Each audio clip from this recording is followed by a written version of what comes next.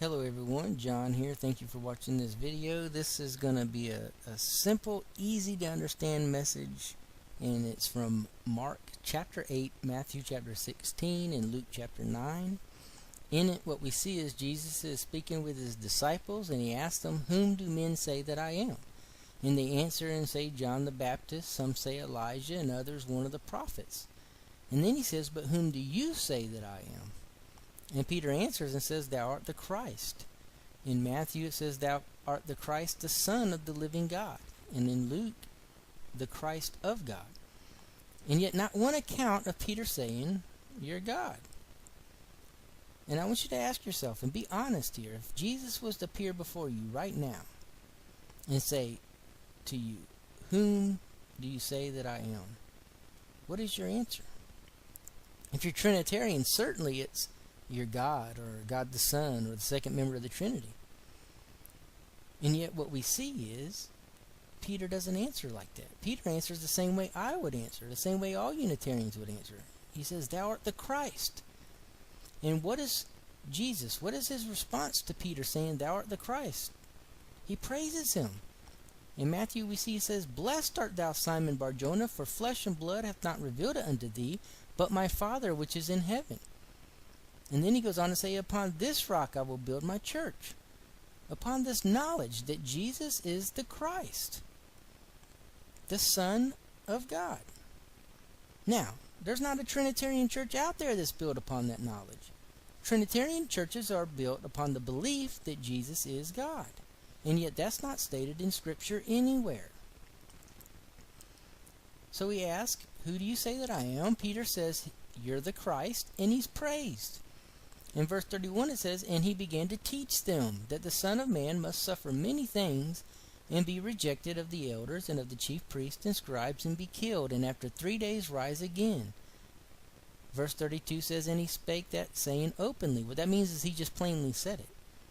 And he had to, because Peter and the rest of the apostles believed that Jesus was this victorious Messiah about to come into his kingdom right now and be victorious. And Jesus was trying to tell him, "I am this victorious Messiah, but first I must suffer and die." Because there's a suffering servant in the Old Testament that the Jewish people do not say is the Messiah. They believe it's Israel itself. So he's trying to explain to them, "I am the suffering servant." And how does Peter respond to this? He obviously is still not getting it, because he's rebuking Jesus for saying it. And notice he doesn't say, "Well, what do you mean? You're God, you can't die." That's not what Peter's response is. In Matthew 16:22 it says that he says, "Be it far from thee, Lord, this shall not be unto thee."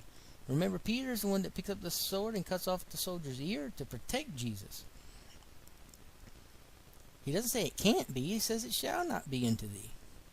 Peter does not see Jesus as God. He sees him as the Messiah, the man, the one that was to come, sent by God. That's what Peter, in his mind, fully understands the Messiah. Only thing he doesn't understand is the Messiah must die first. Again, they're looking for a victorious Messiah. So when Peter rebukes Jesus for saying such a thing, that he's going to die first, what is Jesus' response? He rebukes Peter. He says, "Get behind me, Satan. For thou savorest not the things that be of God, but the things that be of men." The NASB translate that to say, "For you are not setting your mind on God's interest, but man's." And that's what Peter's doing. God's interest is for the Messiah to die so that we can all have a chance at salvation. Peter's just thinking about himself here. He wants the Messiah to come into the kingdom right now so he can stand beside the Messiah right now. He wants to be right there next to the king. That's what Peter wants.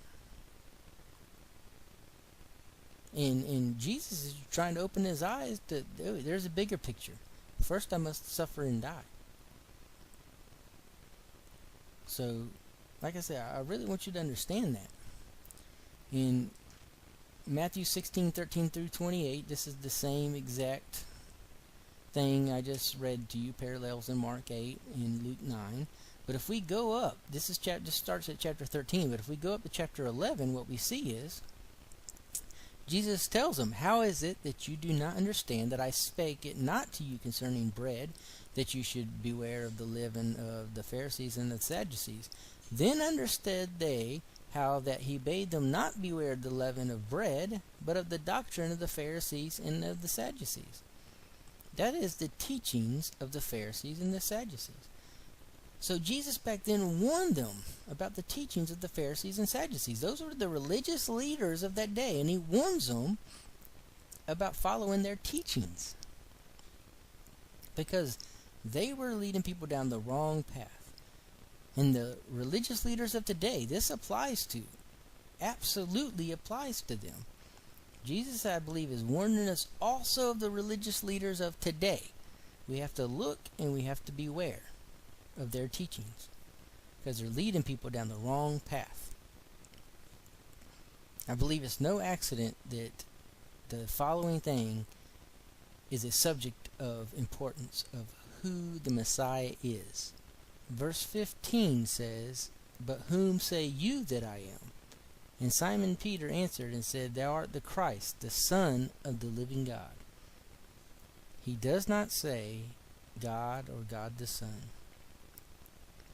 How do you answer this very important question? Until next time, may God bless you with the truth.